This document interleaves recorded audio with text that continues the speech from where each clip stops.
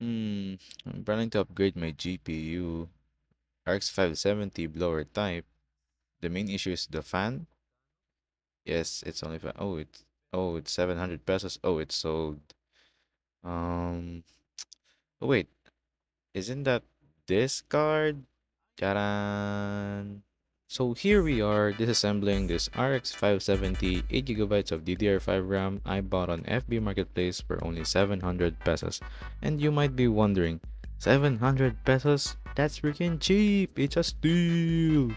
Well, the only broken thing here is the actual fan. There isn't actually any cracks or rust or any broken uh, connection on the board.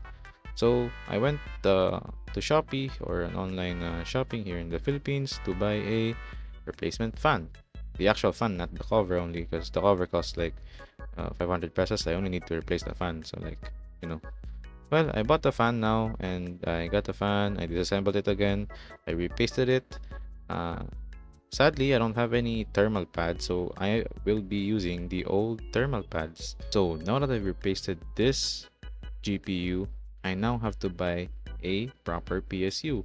Now you might be wondering, why can't I use this PSU? It's 700 watts, it's totally fine. It's a generic PSU.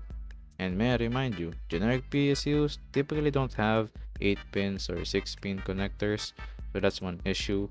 So I went and hit my buddy up, Hans, to get his 550 watts in play uh, PSU, which has 3 SATA cables or power cables, which is good for me, and it has enough cables to power my GPU. Well, my previous GPU, by the way, is GT1030, which directly gets the power from the motherboard, so it doesn't need any connection. Unlike this humongous chunk of fucking, I don't know, bro. I never experienced something like this. This is a chunky GPU, bro. Anyways, so now that I've got my PSU, let's now go to the process of repairing this fan. Yeet! So here's the package. It arrived 3 days after. I mean, it was cool because it came from China and stuff. I mean, this is the only place where you can get some rare items or replaceable items. Anyways, here's the fan. It's called a brushless fan because it blows air in one direction. Damn. But anyways, I'll explain the pros of having a blower type card. The pros are it's good for smaller cases like mine that I don't want to trap the heat inside of the PC, you know. It'll affect my other components. The cons are it's fucking loud. Here's an example. Gago. And yep, that's how loud it is. So those are the pros and cons. Well, I don't mind the sound since I could just adjust it in the Adrenaline app on the AMD. So now I'm gonna replace the fans and I'm just gonna do a quick time lapse on disassembling it and replacing the fan.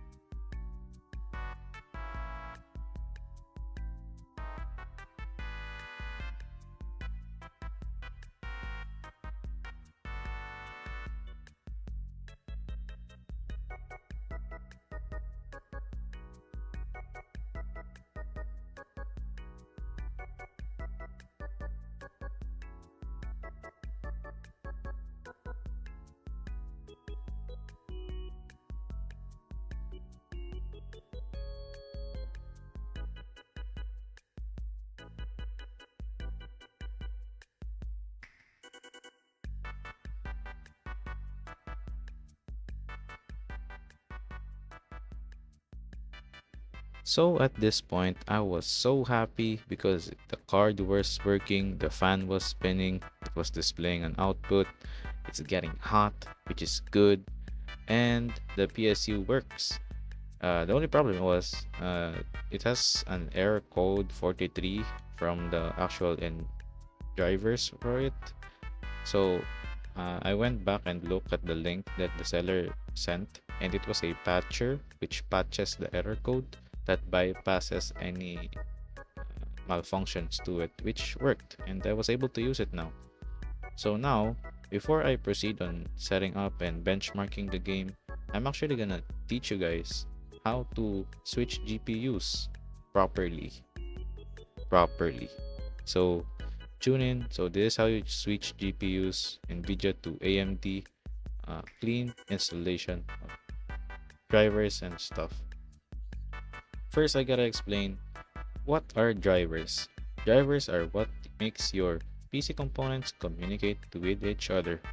So let's say you have an NVIDIA graphics card and you pull it out and you just plug in a AMD graphics card.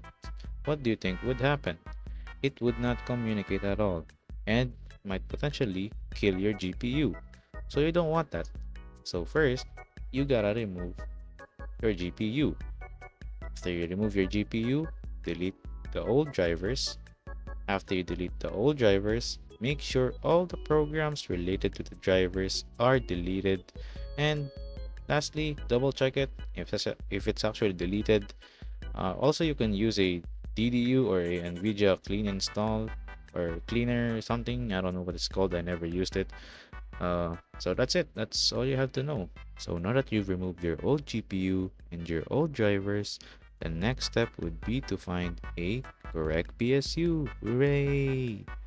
You have to find the correct PSU that corresponds with the needs of your new GPU, which was, for me, a 550 watts in-play bronze rated PSU for 800 pesos. So the total upgrade racks up about 1,800 pesos, which in dollars are cha-ching. So now we're gonna proceed to setting up our PC back to our desk again, and we're gonna test bench some games. So here we are on our desk, and if you notice, we have two wooden sticks there. Those are for ventilations for our PC, since our ventilation on the bottom is very poor and we might need it now.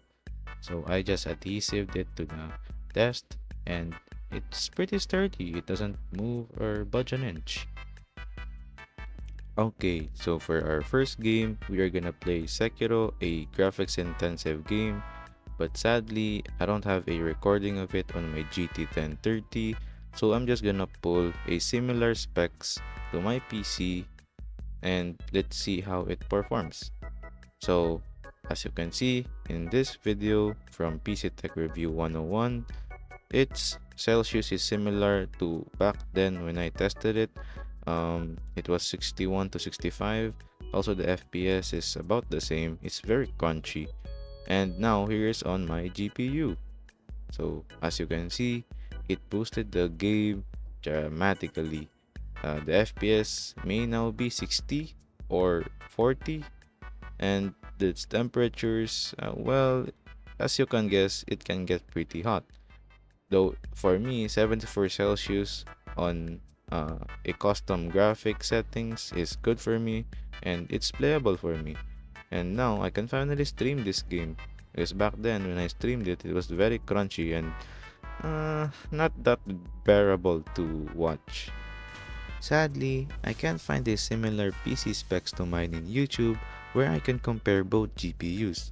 What I am gonna do now is compare them by experience, since I have used the GT1030 for about 2 years now, so I can proudly say that my experience-based opinion is valid. Let's have 3 bullets. First is performance, second is efficiency and power, 3 is noise. For the performance of GT1030 on Valorant, the FPS plays around on 170 to 200 FPS, but I do set it at 120 to reduce FPS fluctuation. On my RX 570, it's stable on 180 to 200 FPS, a minimal boost since Valorant is still a CPU-based game.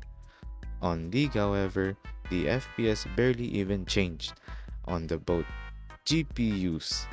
Please, Riot, fix and optimize both the client and the game. I'm begging. The FPS on LoL is around 70 to 100 FPS depending on your settings. That's both on the RX 570 and GT 1030. Like, come on, bro, Riot, do something. Riot. Anyways, and the last game that I want to include is Rainbow Six Siege. On the GT 1030, it runs about fine, and I was even able to stream it. but sometimes it does bug and causes the game to crash or the game doesn't load the textures properly. However, in my RX 570, I have to admit, it was pretty smooth, no lags or no crashing whatsoever. Now let's move on to the next bullet. What's the most power efficient GPU? GT 1030 or my RX 570? Well, the direct and simple answer is the GT 1030. Well, not just because it's passive cooled, also it's a weaker card, but a capable one. Doesn't need a 6-pin or 8-pin connector as it draws power directly from the motherboard. Okay, the last point is noise. So as I've told you guys earlier, my GT 1030 is passive cooled, so the only noise I'm hearing are my rage baiting friends. Joke. There isn't any noise problem on the GT 1030, however, it is the opposite for my RX 570 as it is a blower type GPU. Again, here's the example of the RX 570 blower type sound.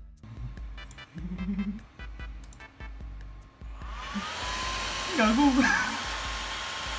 Okay. So we've reached the end of the video. In conclusion, I would say it was a very worth of an upgrade, as to it only cost me about 1,800 pesos for the fan replacement on the GPU, new PSU, and the GPU itself. My only advice is, if you want to do this, don't be afraid of broken electronics, as what I did was saving another item to go down in the e-waste industry. And that's all. If you had fun watching the video or finished the video, leave a like, comment your GPU, and it would be nice if you subscribe.